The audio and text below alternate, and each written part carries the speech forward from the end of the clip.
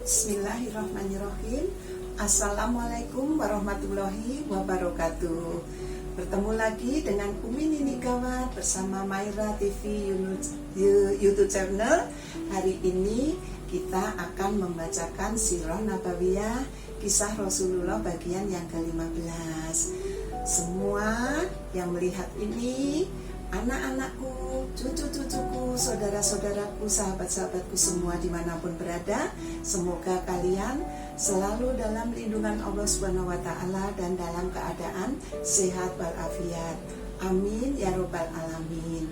Dengan mendengarkan bacaan Umi Nini Gawat dan membaca kisah Rasulullah akan menambah keimanan kita untuk mencintai Nabi kita, baginda Nabi besar Muhammad Sallallahu Alaihi Wasallam. Kita mulai untuk bab yang ke-15. Allahumma sholli ala Muhammad wa ala ali Muhammad. Bab ke-15 ini menceritakan Abdul Muthalib wafat, ya. Kemarin yang bab 14 yang meninggal adalah Ibu Aminah, ibu Rasulullah waktu perjalanan pulang dari Madinah, Madinah ke Mekah di desa Abuwa, yaitu antara Madinah dan Jufa, kira-kira 37 km dari Madinah. Ibu Aminah wafat disaksikan langsung oleh Nabi kita Muhammad SAW. Nah, setelah Ibu Aminah meninggal, dimakamkan, Muhammad kecil tadi dibawa pulang oleh Ummu Aiman, ya, budaknya peninggalan Abdullah ayah Rasulullah. Ia pulang sendiri, menangis hatinya pilu karena kini Nabi Muhammad sudah menjadi sebatang kara, yaitu yang merasa kehilangan sekali menjalani ditakdir sebagai seorang anak yatim piatu, terasa olehnya hidup yang makin sunyi dan semakin sedih. Karena baru beberapa hari yang lalu dalam perjalanan ke Madinah akan diperkenalkan oleh ibunya dengan Ibu Aminah dengan keluarganya. Itu Ibu Aminah kan bercerita bahwa betapa sedihnya Ibu Aminah kehilangan suami tercintanya, yaitu Abdullah.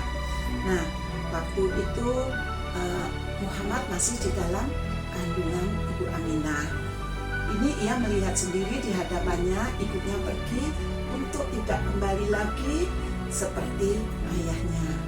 Muhammad yang masih kecil itu kini memikul beban hidup yang berat, sehingga dia merasakan kesedihan yang amat sangat sebagai seorang yatim piatu.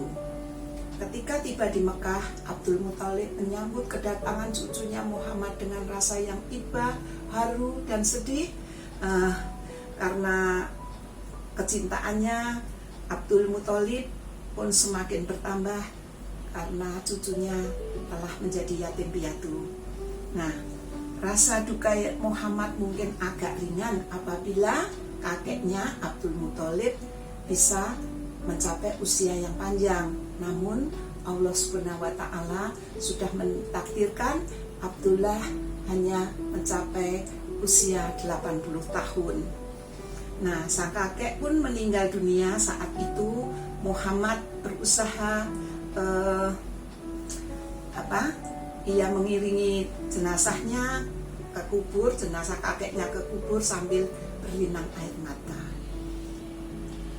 Kenangan yang sedih sebagai anak yatim piatu membekas begitu dalam pada diri Rasulullah SAW, sehingga di dalam Al-Quran pun disebutkan ketika Allah Subhanahu wa Ta'ala mengingatkan Rasulullah SAW akan nikmat yang dianugerahkan kepadanya di tengah kesedihan itu, yaitu alam yajidka yatiman wa'awa.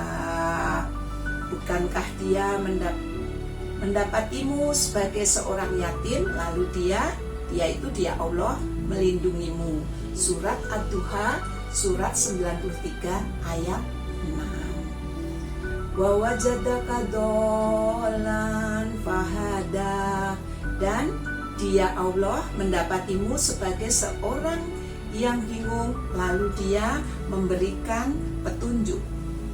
Surat Ad-Duha, surat 93 ayat 7. Nah, sepeninggal Abdul Muthalib, putra-putra Abdul Muthalib itu tidak ada yang mempunyai jiwa kepemimpinan, tidak ada.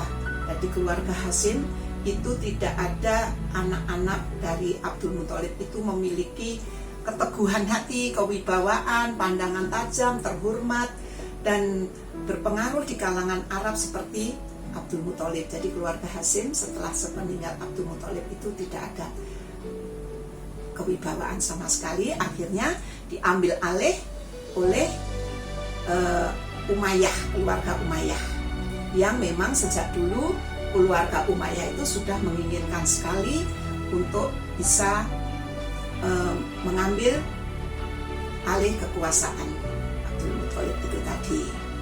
Nah, sejak itu tanpa menghiraukan ancaman dari keluarga Hasyim, keluarga Umayyah langsung mengambil alih kekuasaan. Allahumma sholli ala Muhammad wa ala ali Muhammad. Setelah kakeknya meninggal, ibunya meninggal, kakeknya meninggal, Muhammad diasuh oleh Abu Thalib. Kenapa? Karena sebelum meninggal, Abdul Muthalib itu sudah menunjuk Abu Thalib untuk mengasuh Muhammad, karena Harits putranya yang pertama kondisinya tidak mampu. Terus putra yang bernama Abbas kaya namun kikir, sehingga Abdul Muthalib menunjuk Abu Thalib untuk mengasuh Muhammad, karena sekalipun miskin, Abu Thalib itu memiliki perasaan yang halus dan paling terhormat di kalangan Quraisy. Abu Thalib juga amat menyayangi Muhammad. Kemenakannya itu, budi pekerti Nabi Muhammad itu sangat luhur, cerdas, suka berbakti, dan baik hati. Sangat menyenangkan hati Abu Thalib, sehingga Abu Thalib mendahulukan keperluan Muhammad daripada putra-putranya yang lain. Begitupun sebaliknya, Muhammad amat mencintai Abu Thalib karena pamannya itu tahu memiliki anak banyak, namun pantang sekali untuk berhutang. Lebih baik Abu Thalib bekerja keras, memeras keringat untuk memenuhi kebutuhan putra-putranya, menafkahi keluarganya. Karena itulah tanpa ragu Muhammad kecil tadi ikut bekerja seperti putra-putra Abu Thalib, yaitu ikut membantu pekerjaannya Abu Thalib, yaitu mengembala kambing dan mencari rumput. Abu Thalib merasa bahwa Muhammad kelak akan menjadi orang yang besar karena hatinya bersih dan dijauhkan dari dosa. Jadi Abu Thalib itu sudah melihat bahwa Muhammad itu mempunyai budi pekerti yang luhur, hatinya bersih, jujur. Nah, sehingga dijauhkan dari dosa. Ia yakin sekali Abu Thalib. Jadi jika mengajak Muhammad berdoa, Tuhan akan mengabulkan doanya. Contohnya seperti waktu dilakukan ketika orang-orang Quraisy itu berseru, "Wahai Abu Thalib, berdoalah karena di sini kekeringan dan kemiskinan melanda. Mari kita berdoa meminta hujan." Maka Abu Thalib keluar bersama Muhammad. Ia menempelkan punggung Muhammad ke Ka'bah, ke dinding Ka'bah, dan berdoa.